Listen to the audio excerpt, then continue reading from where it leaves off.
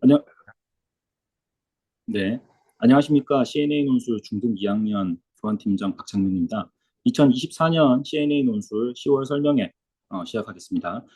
먼저 이제 뭐 독서의 중요성이라든가 저희 수업 컨텐츠의 어떤 효용을 먼저 설명하기 이전에 그 전제 조건으로 이제 교육제도 변경의 어떤 흐름에 대해서 말씀드리고 이 흐름에 맞춰서 학생들이 이제 독서 교육을 좀 지속적으로 했을 때 어떤 장점을 가질 수 있는지 그런 부분 먼저 말씀드리겠습니다.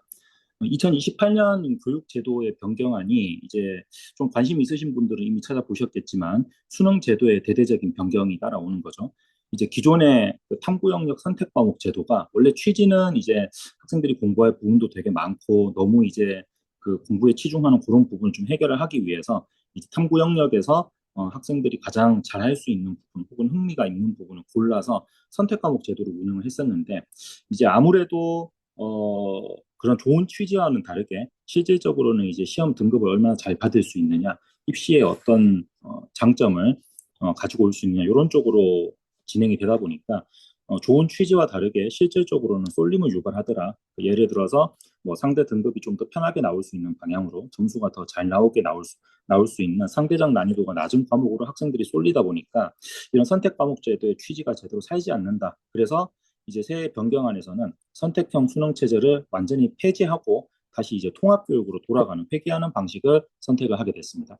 그리고 내신 등급이 이제 기존 9등급제에서 5등급제로 간소화되죠. 그리고 공통 과목으로만 이제 수능을 치기로 했는데 이 부분은 조금 문제점이 있는 게 이제 정부에서 또 고교 학점제를 시행하기로 미리 약속을 해놓은 상태이기 때문에 고교 학점제가 가지고 있는 변별력, 다시 말해서 고등학교 1학년 때까지는 공통 과목을 함께 들으면서 자신의 기초 학력을 닦고 2학년, 3학년부터는 대학교에서 그 자기가 직접 수강 신청해서 수업을 듣는 것처럼 자기가 흥미가 가고 자기가 이제 상대적으로 비교 우위가 있는 과목을 이제 디테일하게 갈고 닦아서 자신의 어떤 적성을 제대로 파악할 수 있는 그런 구조인데 그 부분에 대한 이제 수능에서의 검증이 안 되니까 이제 고교 학점제의 방향과 정면으로 좀 부딪히는 부분이 있습니다. 그래서 이런 부분이 지속적으로 계속 이제 문제점 제기시가 되고 있기 때문에 향후에 이제 정부에서 추가 보완 조치를 어떻게 할지 좀 지켜봐야 될 부분이고요.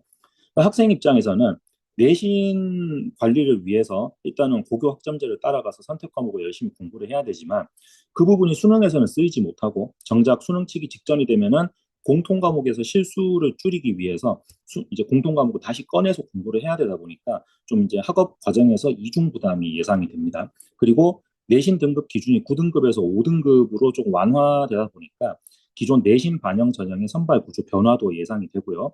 내신 등급 기준에 영향이 감소한다는 거는 그 외부적으로 뭐 학생의 자기주도 학습이라든가 뭐 진로 적성을 위한 여러 가지 프로그램이라든가 요거를 이제 학교에서 얼마나 제공을 해서 학생들이 대비를 잘 할 수 있게 도와주느냐가 또 그 변수 요인이 될 수 있기 때문에 그런 부분을 상대적으로 더 잘 챙겨줄 수 있는 특목고나 자사고의 입시 과정의 강세가 지속될 것으로 예상이 됩니다. 그리고 이제 탐구 영역이 통합되게 되면서 기존의 탐구 영역이 가지고 있는 변별력이 좀 줄어들면서 국어 수학의 영향력 확대가 또 예상이 되기 때문에 소위 말하는 1교시 국어를 얼마나 잘 치느냐에 따라서 수능 전체 향방이 결정된다. 뭐 이런 주요 과목의 영향력은 계속 확대될 것으로 예상되고요. 그리고 뒤에서 이제 다시 말씀드리겠지만 이제 내신 서술형, 논술형 시험 문제 확대하고 그다음에 IB 도입 적극적으로 검토하는 방향 또 이제 대안으로 나왔습니다. 그리고 학생부 교과 종합 전형은 일단은 그대로 유지하는 방향으로 갔고요. 이제 향후에 아까 말씀드렸던 여러 가지 문제점에 대안이 나오는 과정에서 기존의 이제 입시 전형에 어떤 변화가 일어날지 그런 부분에 대해서 좀 촉각을 곤두세우고 계속 지켜봐야 되겠다 이렇게 말씀을 드릴 수 있겠습니다. 그래서 전체적으로 종합해서 말씀드리면 기존의 이제 수능 준비의 부담을 줄이되 학생의 종합적 사고력을 향상시키고 자기주도 학습의 비중을 상승하는 방향으로 조금씩 변하고 있다라고 말씀을 드릴 수 있는데요. 그래서 일단은 공통 과목을 바탕으로 그 부분에서 확실하게 좋은 점수를 받는 거를 전제로 깔고 들어가야 되겠죠. 그 이후에 고교 학점제라든가 뭐 학생부 전형에 자기소개서를 어떻게 쓸 것인가 이걸 생각하면서 이제 2학년, 3학년부터는 스스로 학업의 목표를 잡고 자기가 어떤 진로를 선택할 것인지 그 진로에 최적화된 뭐 교육 커리큘럼은 어떤 부분을 택해야 될 것인지 이제 선택과 집중을 할 수 있게 구체적 방향성을 설계를 해야 됩니다. 그리고 이제 기존의 학생부 교과 종합전형이 계속 유지가 되면서 그리고 내신 등급 기준 감소되고 수능도 통합형으로 되면서 이제 학생의 어떤 그 적성과 그런 변별력을 잘 골라내기 위해서 면접이라든가 뭐 내신이 그 논술이 다시 부활할 수도 있고요. 면접과 같은 그런 심화 입시 제도가 다시 확대될 가능성이 있기 때문에 그런 부분에서 자신의 어떤 뭐그 학습의 목표라든가 내지는 이때까지 자기가 자기주도 학습을 어떻게 해왔다라든가 이제 교육 그 실력과 관련된 자기 역량을 늘리기 위해서 어떤 방법을 취해왔는가 이런 부분들을 잘 좀 어필을 할 수 있어야 되기 때문에 자기 생각을 표현할 수 있는 적절한 어휘력 그리고 선택 과목 세부 학습에서 자신의 역량을 드러낼 수 있는 문해력 이런 부분들을 함양을 잘 할 수 있어야 되겠다라고 말씀드릴 수 있습니다.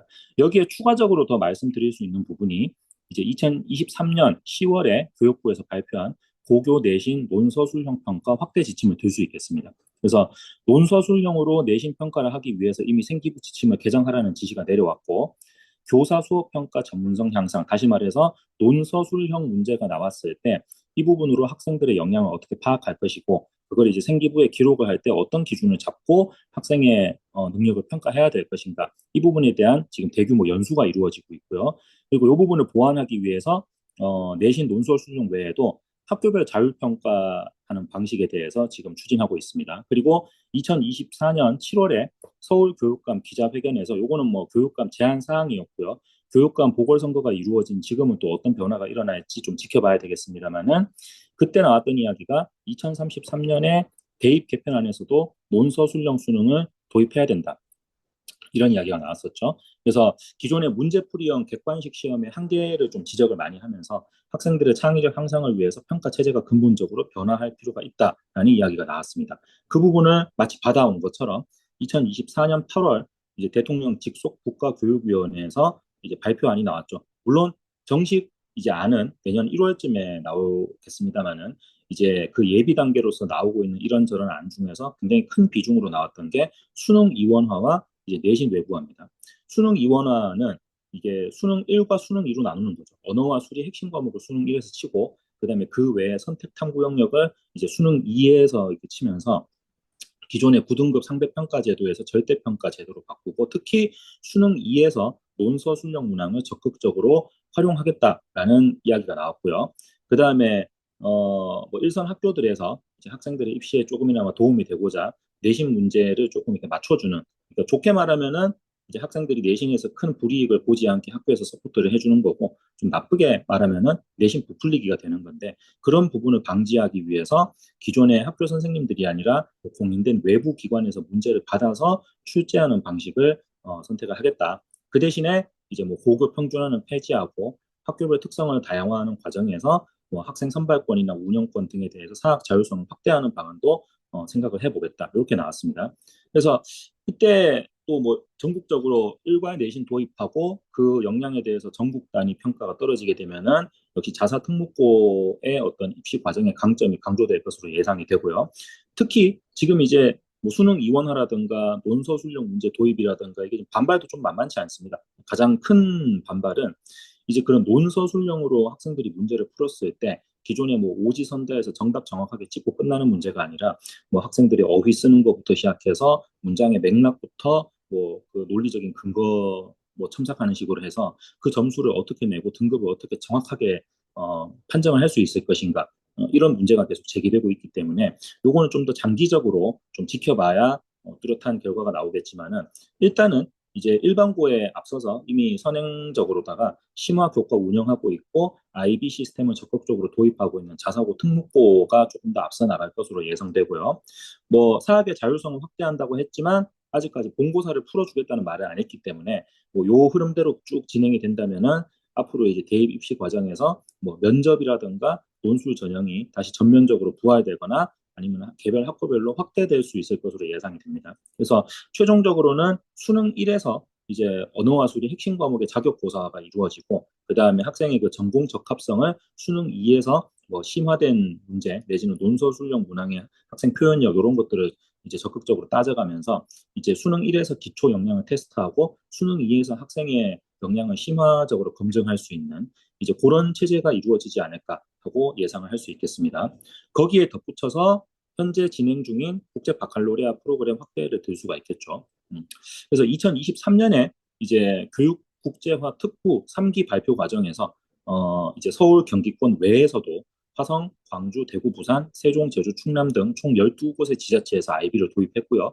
2024년 2월에는 이제 먼저 도입을 해서 진행하고 있던 대구시 교육청과 이제 거기를 제외한 나머지 지자체 교육청에서 아이비 프로그램 이제 업무 협력을 체결을 했습니다. 그리고 2024년 2월 28일에 교육부에서 교육발전특구 시범지역 1차 지정 결과를 발표했는데 이제 점점 확대되고 있는 거죠. 강원, 그다음에 경북, 전북, 전남의 이제 뭐 시, 군구 지역에까지 IB 프로그램이 적극적으로 도입이 되면서 이제 요게 이 IB 포인트가 뭐 입시에 완전히 주류가 될 것이다. 내지는 모든 이 대학 입시 고등학교 대학교 입시 과정이 IB를 중심으로 재편성될 것이다라고 확정할 수는 없지만 현재의 어떤 흐름이나 경향을 봤을 때는 점점 이제 암기 위주의 문제풀이 학생의 어떤 숙지 정도를 확인하는 그런 부분에서 점점 더 좀 심화된 내용, 학생들이 얼마나 자기 스스로 그 주어진 정보에 대해서 정확하게 분석을 할 수 있고 그런 부분을 얼마나 논리적으로 표현을 할 수 있고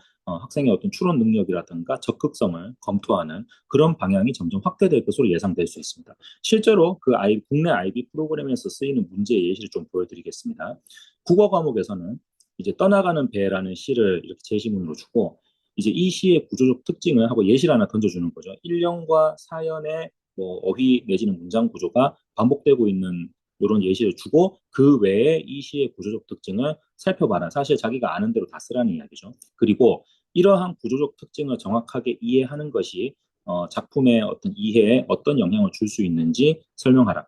그러니까 기본적으로 주어진 텍스트에서 학교에서 수업했던 내용 개념을 잘 적용해서 자기가 그 텍스트를 얼마나 잘 분석할 수 있는가, 꼼꼼하게 분석할 수 있는가를 따지고 그걸 바탕으로 해서 이제 이런 식으로 공부를 열심히 해서 텍스트를 이해할 수 있는 것이 학습 능력 전반의 향상에 어떤 도움을 줄 수 있는가, 학생의 메타 인지 능력에 대해서도 확인하려는 의도를 가지고 있죠. 그 역사 부분 같은 경우는 더 범위가 넓게 나갑니다. 전쟁이 사회 변화를 가속화시킨다는 명제만 던져주고 그 외에 별도 제시문이 없이 이것에 대해서 두 가지 이상의 역사적 사례를 제시하고 이에 대한 본인의 생각을 논해보시오. 그럼 일단 전쟁이 사회 변화를 가속화시킨다는 명제가 무엇을 뜻하는지 본인이 해석을 할 수 있어야 되겠죠. 그리고 학생이 배웠던 뭐 사회, 역사 내지는 기타 사회 탐구 영역에서 자신의 배웠던 지식과 정보를 총활용해서 이 명제와 연계할 수 있는 사례를 두 가지 이상 들고 이제 그 부분에 대한 본인의 어떤 가치 평가를 이제 논증형 방식으로 정확히 서술을 할 수 있는가 이런 걸 따지고 있는 거죠. 그리고 과학 부분은 이게 문제가 너무 조금 양이 많아서 제가 조금 축약을 하긴 했습니다. 그 체내 농축 비율 비교표라는 게 이제 크게 나오고요. 이것은 설명을 해줍니다. 먹잇감이 된 동물의 오염물질 수치에 대해서 먹은 동물의 몸에 함유된 오염물질 비율이다.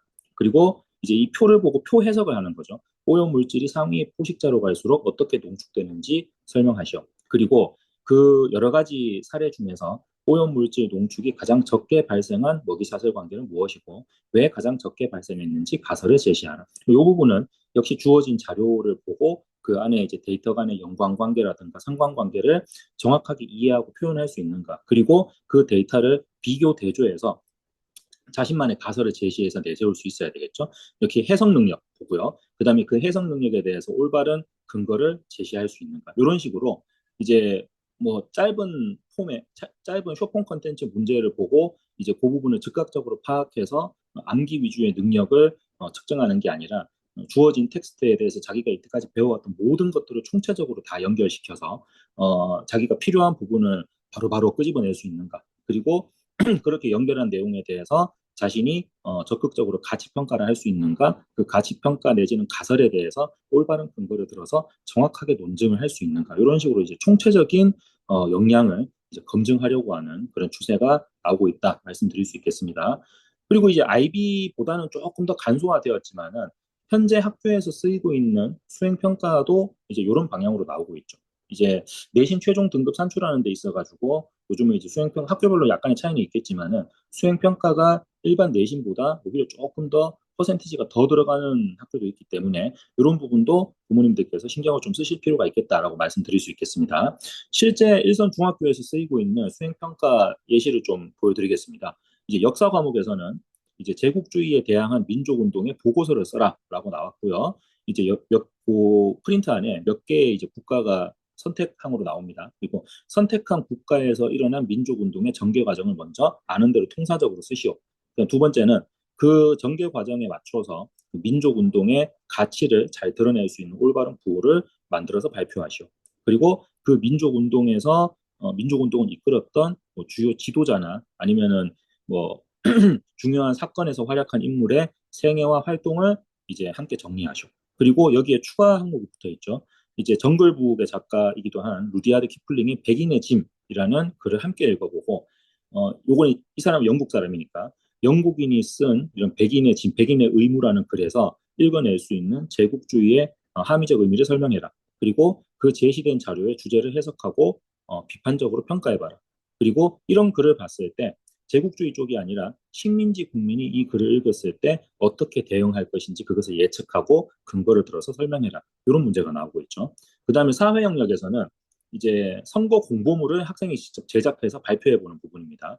자기 자신을 양천구 갑의 국회의원 후보로 상정하고 이제 어떤 정당에서 활동하고 있는가, 뭐 기존의 정당을 그대로 가지고 가도 되겠지만 이제 학생이 어떤 정치적으로 지향하는 목표가 뚜렷할 때는 그 목표를 드러낼 수 있는 정당까지 자기가 생각해서 발표하는 거죠. 그리고 국회 단순히 뭐 뽑아주십시오 열심히 하겠습니다 이런 멘트가 아니라 자신의 국회의원으로서의 역량을 정확하게 드러낼 수 있는 자질을 3개 이상 선택을 해서 그 자질을 드러낼 수 있는 공약도 3개를 만들어라. 그리고 후보로서 시민에게 하고 싶은 말, 그리고 시민들에게 자신의 인상 깊은 이미지를 심어주기 위해서 양력을 어떻게 꾸밀 것인가. 이것도 이제 사회 과목에서 정치 제도, 선거 이런 부분과 관련해서 배웠던 부분에 대해서 얼마나 응용을 잘 할 수 있는가 이걸 보는 거죠. 그래서 이런 수행 평가 과정에서 학생들에게 요구하는 조건이 이런 것들입니다. 첫 번째가 교과목 수업에서 배웠던 개념을 잘 숙지하고 있는가. 왜냐하면은 이제 복습 및 암기가 제대로 되어 있지 않으면 응용을 할 수가 없죠. 두 번째는 그 부분을 바탕으로 개념 숙지를 바탕으로 여러 가지 응용 논제가 주어졌을 때 그 논제와 제시문의 방향을 올바로 해석할 수가 있는가. 그리고 그 해석에 대한 근거를 정확한 언어로 표현을 할 수가 있는가. 그리고 이제 여기까지만 이야기하면은 설명 위주의 글이 나올 수 있으니까 아까 뭐 자기 자신에 대한 자질을 써라 뭐 이런 것처럼 이제 그 내용에 자신의 추론을 더해서 뚜렷한 방향을 가치 평가를 제시할 수 있는가. 그리고 이거는 선택 사항입니다만은 그 수행 평가에 발표까지 포함되었을 경우에는 자기가 왜냐하면 학생들이 또 열심히 쓸 수 있는 능력이랑 그거를 올바르게 또박또박하게 잘 발표할 수 있는 능력은 또 별개의 사항이기 때문에 자기가 1, 2, 3, 4 과정에서 종합했던 내용들을 잘 만들어서 그거를 올바른 언어를 써서 적극적인 자세로 참여 및 발표 가능한가 이런 식의 이제 표현력이라든가 추론 능력을 보는 경우가 많죠. 그렇다면은 이제 우리가 공부를 할 때 학생들이 공부를 할 때 기존에 이제 뭐 문제 많이 풀어보고 복습 열심히 해서 이제 주어진 문제에 즉각 답 정답을 내놓을 수 있는 그런 능력 그게 잘못됐다는 건 아닙니다. 하지만 현재 이제 교육 방향이 거기서 오는 어떤 문제점을 극복하기 위한 방향으로 나가면서 이 기존의 학습 그 패턴에서 요구하지 않았던 학생의 어떤 추론 능력, 표현 능력 이런 부분도 계속 또 요구를 하고 있기 때문에 그 부분에 맞춰가지고 새로운 솔루션을 찾을 필요가 있다라고 말씀드릴 수 있겠습니다.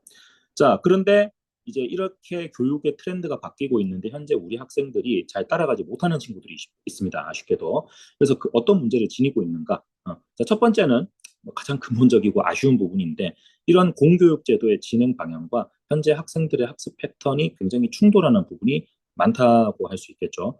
왜냐하면 현행 공교육 제도의 목표가 아까 말씀드린 것처럼 그런 문제풀이 내지는 암기 위주, 숙지 위주의 어떤 문제점을 극복하기 위해서 창의적이고 비판적인 사고를 할 수 있는가. 스스로 학습의 목표를 세우고 자기한테 필요한 것을 적극적으로 찾아서 다양한 경험을 바탕으로 자기 스스로를 계속 이렇게 개발할 수 있는 그런 인재를 육성하는 걸 목표로 하고 있는데 이런 교육을 하기 위해서는 반드시 충분한 여유 시간이 필요합니다. 왜냐하면은 우리가 스스로 어떤 그 미래 전망을 모색해서 그 부분에 필요한 지식과 정보를 얻는 그 과정에서 반드시 내가 의도한 결과가 나오는 건 아니기 때문에 이런 이제 인재 육성 파트에서는 반드시 시행착오와 피드백까지 그 교육 커리큘럼 안에 다 상정을 하고 들어가야 되죠. 그렇다면은 학생들이 뭐 하다가 못해서 수행 평가를 준비하면서 책을 읽어보더라도 서점에 가서 아마 이 책이 좀 연관이 되는 것 같다. 이걸 한번 읽어보자. 읽어보니까 이 책에서 이야기하는 내용이 잘 맞지가 않네. 그러면은 내가 왜 이런 오류를 저질렀을까? 아, 이게 문제구나. 그러면 다음에는 이런 자료를 한번 찾아보자. 일단 요거를 좀 피해야 된다는 건 알겠다. 뭐 이런 식으로 스스로 그 오류를 깨달아가면서 보완을 할 수 있는 시간과 여유가 필요한데, 문제는 이제 우리 학생들이 방과 후에 하루 스케줄을 설계하는 부분에서 그런 여유가 지금 보장되지 않는다는 거죠. 그럼 두 번째, 이제 학생들이 국어, 역사, 문과, 사회 부분을 굉장히 좀 회피하는 좀 경향이 있죠. 어, 암기와 단순 독해 위주의 뭐 기계적 학습에 조금 익숙해져 있다 보니까 이 학생들 입장에서는 이제 답이 딱 나오지 않는, 그래서 답을 중시한, 정답을 맞췄냐 아니면 틀렸냐 이거보다 그 답을 네가 어떤 과정을 통해서 이끌어내었고 그것에 대한 너의 생각은 무엇인가, 이렇게 정답이 없이 생각을 이끌어내는 과정을 보는 그런 활동에 굉장히 좀 취약하고 그거를 불편해하는 경향이 있습니다. 그리고 이제 학생들이 이제 쉬는 시간에 스트레스를 빨리빨리 풀기 위해서 유튜브나 틱톡이나 뭐 릴스와 같은, 요즘에는 숏폼 컨텐츠라고 하죠. 고작업 단발성 컨텐츠에 익숙하다 보니까 이제 텍스트를 장기적인 호흡을 가지고 쭉 읽으면서 좀 비판적으로 따져보고 자기 뭐 효율성 면에서 봤을 때 조금 불필요하다 싶은 생각도 해보고 이런저런 시도를 해보고 이런 것 자체를 굉장히 좀 귀찮고 지루하게 생각하는 경우가 많죠. 그리고 특히 이제 공부를 하다 보면 학교에서 배우는 교과목 중에서는 안타깝게도 좀 문과 쪽의 과목들이 이제 그런 부분에 많이 연관이 되어 있기 때문에 이제 학생들이 사실은 좀 학생들하고 좀 이야기를 해보고 수업을 하다 보면은 이 친구가 이런 문과적인 부분에서 충분히 통찰력이 보이고 이제 책을 읽다가 보면 학생들도 자기도 몰랐던 자기의 어떤 취향이나 적성을 발견하고 깜짝 놀라기도 하고 이런 부분들이 있는데 이미 그 이전에 학생들의 학습 패턴이 좀 정해져 있고 이런 문과적인 학생들의 추론 능력이라든가 심화 사고 능력을 요구하는 거에 대한 스트레스를 너무 많이 받았기 때문에 그러니까 대체로 선생님 저는 이과 취향인 것 같아요. 저는 문과는 적성이 아닌 것 같아요. 라는 학생들을 보고 있으면은 정말 이과가 좋아서 그쪽으로 간다기보다는 문과가 싫으니까 문과 쪽 공부, 국어, 역사 내지는 독서 이런 부분에 대해서 막 장기적으로 생각을 끌어내고 뭐 계속 하나를 파고들고 하는 게 너무 힘들고 귀찮으니까 하기 싫은 걸 하지 않기 위해서 이과 쪽으로 가자. 주어진 공식에 맞춰서 빠르게 증명한 다음에 답 맞추고 넘어가자. 뭐 이런 식으로 좀 학생들의 사고가 굳어지는 그런 측면이 있습니다. 그리고 세 번째는 공부를 했는데 그 내용을 잘 표현을 못하죠. 쓰지를 못하고 아무리 공부를 많이 하고 선행학습을 많이 하고 문제를 많이 풀어도 그 부분에 대해서 실제로 시험을 쳤을 때 성과가 안 나오는 부분이 있죠.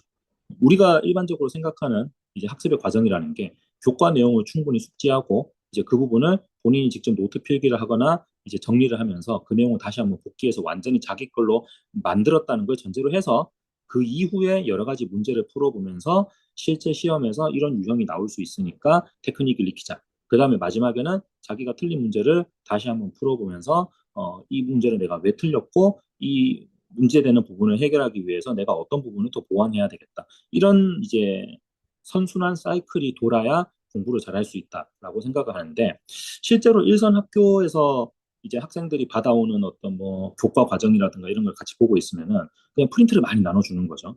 그리고 거기에 약간 선생님의 그 수업 흐름에 따라 가지고 빈칸을 타다닥 채워넣는. 그리고 집에 가서는 그 프린트를 이제 쭉 보는 거죠. 눈으로 보는데, 그러니까 학생 입장에서는 프린트를 보고 문제를 풀었으니까 공부를 했다라고 생각을 하는데 사실상 그 패턴이 실질적으로는 그냥 문제 답을 따다다다 찍고 틀렸나 맞췄나 확인한 다음에 틀리면 아, 운 좋다.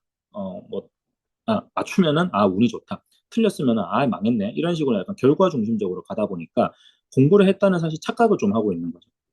그러니까 프린트를 단순히 눈으로 쭉 훑어본다고 해서 내용이 머릿속에 다 들어오는 게 아니라 그 부분을 이제 자기가 쭉 보면서 이해되지 않는 부분은 따로 체크도 해보고 아니면 자기한테 최적화된 방식으로 숙지를 하기 위해서 프린트에 나와 있는 내용을 다시 한번 노트에 자기가 한번 정리를 해본다든가 자기가 꼭 필요한 뭐 이 부분은 두 번, 세 번 더 봐서 내가 확실하게 숙지를 해야 되겠다라는 부분에는 별도 자료를 찾아본다든가 뭐 문제를 풀 때도 무조건 많이 푼다고 끝나는 게 아니라 문제를 풀면서 자기가 어떤 문제, 내가 풀고 있는 문제가 어떤 유형인가, 나한테 어떤 테크닉을 요구하는가, 어떤 분야의 지식을 좀 더 숙제를 잘 할 것을 요구하는가, 틀렸다면은 내가 그 부분에 대해서 왜 틀렸냐, 무슨 실수를 했냐, 이런 부분을 좀 꼼꼼하게 파악을 해야 되는데, 그게 아니라 어쨌든 주어진 그 양적인 부분을 빨리빨리 끝내자, 이런 식으로 좀 가다 보니까, 이제 문제를 아무리 많이 풀어도 그 부분에 대한 어떤 기본적 지식에 대한 숙지나 문제를 풀기 위한 올바른 테크닉이라든가 이런 거를 잘 못 배우는 거죠. 그러다가 결국에는 시험 치기 직전에 1, 2주에 한 번에 몰아서 내용을 정리하고 그다음에 시험이 끝나는 순간 또 망가기 시작합니다. 그래서 이제 내신 수업을 하다 보면은 중간고사 때 어떤 내용이 나오죠. 개념 정리가 나와서 그 부분을 학생들하고 쭉 이렇게 정리를 해주고 그 다음에 이제 국과 내용이라는 게 중간고사 때 나왔던 게 기말고사 때 다 필요 없는 게 아니라 이제 큰 1년 단위로 쭉 연결이 되기 때문에 중간고사에서 배웠던 내용을 이제 기말고사 내신에서 그 학생 다시 만나가지고 언급을 해주면서 자 우리가 예전에 요런 내용 배웠는데 이번 기말고사 준비할 때도 그 내용을 올바르게 숙지를 잘 해서 적용을 해야 되니까 자 그 부분에 대해서 잘 숙지하고 있는지 공부를 잘 했는지 체크 한번 해보자. 그러면은 안타깝게도 많은 학생들이 이제 그 부분을 다 까먹어 버리는 거죠. 그래서 이제 내신 수업을 하면서 혹은 수업 중에 저희 이제 일반 그 독서 수업에서도 내신 관련 컨텐츠가 나오면 그거를 연계해서 이렇게 정리를 할 때가 있는데 그 부분 물어보면은 그거를 계속 쭉 장기 기억력으로 가지고 가는 학생이 별로 없다는 거죠. 그래서 되게 안타까운 게 학생들 입장에서는 내가 분명히 이걸 본 적이 있다. 나는 분명히 이거에 대한 내용 정리를 했고 그 다음에 관련된 문제를 얼마나 풀어봤다라는 그 기억만 있는 거지. 그래서 이 개념에 대한 정확한 내용이 뭐냐라고 물어보면은 그 부분에 대해서 이야기를 잘 못하게 됩니다. 그래서 그런 부분이 있고요. 마지막으로는 이제 문해력 문제를 들 수 있겠죠. 특히 문해력 중에서도 어휘 문제가 굉장히 심각합니다. EBS에서 중3 학생들을 대상으로 학습 도구, 그러니까 교과 학습 과정에서 중점적으로 쓰이는 2,440개의 단어를 대상으로 사전적 의미를 올바르게 이해하고 있는가, 그 다음에 문장 내에 그걸 적확하게 쓸 수 있는가, 그 문장을 바탕으로 그 단어를 바탕으로 만들어진 문장과 텍스트를 정확하게 맥락을 잡아낼 수 있는가 이런 이제 걸 골자로 이제 어휘력 평가를 해보니까 놀랍게도 교과서의 내용을 100% 온전히 이해하는 학생의 수는 10% 이하인 걸로 나왔습니다.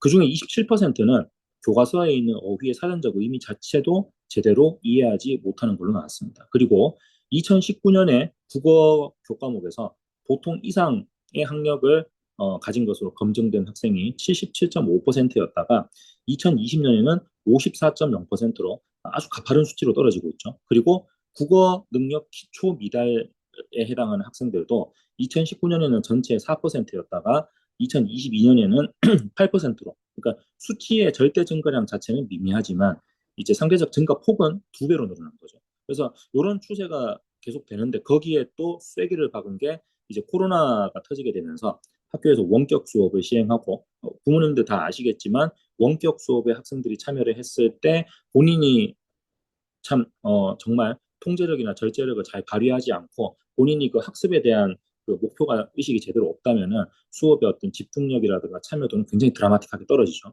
그리고 이제 학생들이 이제 스마트폰을 통해서 아까 말씀드렸던 뭐 쇼폼 컨텐츠 영상 소비가 증가하다 보니까 이제 하루의 시간은 정해져 있는데 이제 그 여유 시간 남을 때 주로 뭐 영상 소비하고 게임하고 쇼폼 컨텐츠 보고 하다 보니까 독서량 당연히 떨어지고요.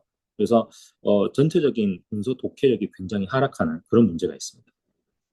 그래서 이런 부분을 해결하기 위해서 저희 학원에서 제안 드릴 수 있는 거는 일단은 시간이 날 때 최대한 많은 독서 활동을 해야 된다라고 말씀드릴 수 있겠죠. 그래서 숙지를 해야 응용 문제를 풀 수 있듯이 그러니까 창의적 인재를 육성을 하고 싶어도 아무것도 없는 맨 땅에서 바로 창의적인 게 나오는 거는 정말 어떤 축복받은 어떤 지적 능력을 가진 소수의 학생들한테 가능한 거고 그게 아니라면은 자기가 얼마나 충분히 배경 지식을 쌓고 여러 가지 경험을 했는가 그걸 바탕으로 그러니까 3을 만들기 위해서는 일단 1 더하기 1은 할 수 있어야 되는데 그 1이 아무것도 없는 제로에서 갑자기 3이 나올 수는 없는 거죠. 그래서 배경 지식을 충분히 쌓아야 창의적 활동을 할 수 있는데 현재 뭐 학생들뿐만 아니라 현대인이 살아가는 그런 사회의 배경적인 부분을 봤을 때 다양한 지식과 관점을 습득할 수 있는 그리고 다양한 사회 경험을 쌓을 수 있는 가장 최선의 그리고 효율적인 기회를 제공할 수 있는 거는 독서죠. 다만 그 독서도 물론 뭐 단순히 재미를 위해서, 흥미를 위해서 재밌으니까 책을 읽는다. 이것도 독서의 목적 중에 하나긴 합니다만은 저희가 지금 이야기하고 있는 컨텐츠가 그냥 단순히 책을 읽자가 아니라